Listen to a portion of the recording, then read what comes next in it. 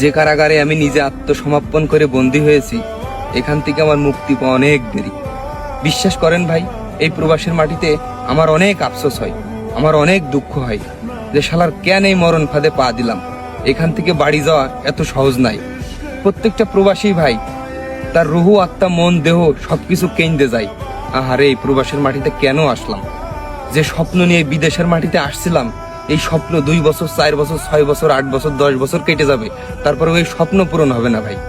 এই স্বপ্নের দাম এত বেশি, এই স্বপ্নের দাম এত বেশি যে দিনের পরে দিন পরিশ্রম করে যাবে মানুষ, না ঘুমিয়ে ডিউটির পর ডিউটি করে যাবে, তারপরেও এই স্বপ্ন পূরণ হবে না। আহারে, কি শখের বিদেশ!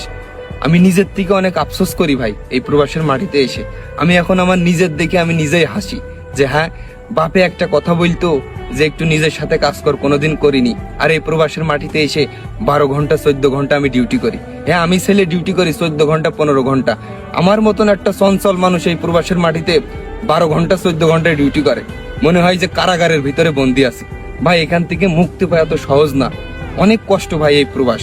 সত্যি বলতে আগের থেকে যদি দেশের থেকে জানতাম, তা আমি কখনো এই প্রবাসের মাটিতে পা দিতাম না।